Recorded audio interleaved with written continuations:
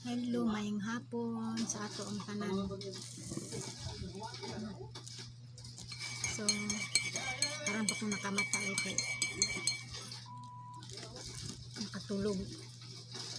Nag-relax ko kay sa nervous. Nervous ko kung gano'n yung tagtanong sa akusog sa linog. Imbes kay padulong na kumulakaw. Matingala na lang ko sa kwarto nga. Naguyog-uyog naman ang ako ano eh. Barag nagtuyok naman ang ako ang pananaw.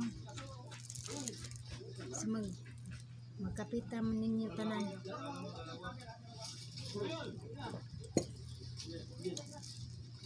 Gusto kayong linog 7.8 pero dili diri ang 7.8 mura dito sa Sarangani. Sa General Santos City. So diri murag mga something 5 plus ata.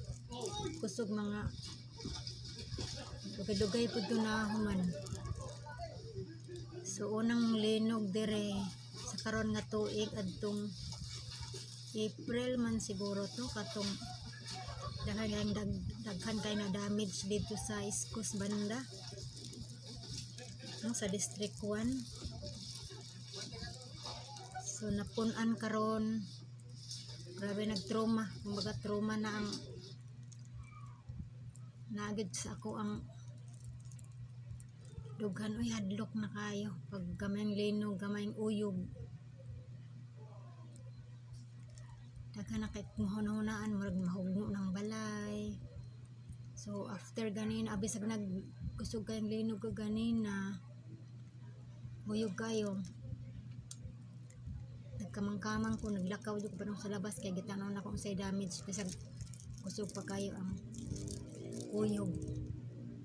Pero nanagoy mga kagmay mga crack sa mga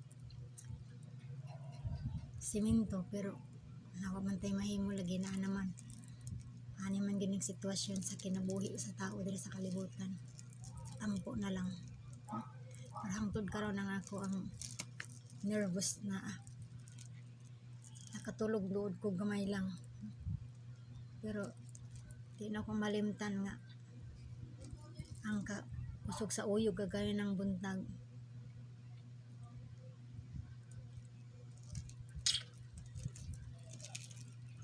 So manghinaot unta ko nga di na unta sa mo mausban kay delikado no. First day sa ato ang mga estudyante, first day sa klase karon nga adlaw gisugat og linog.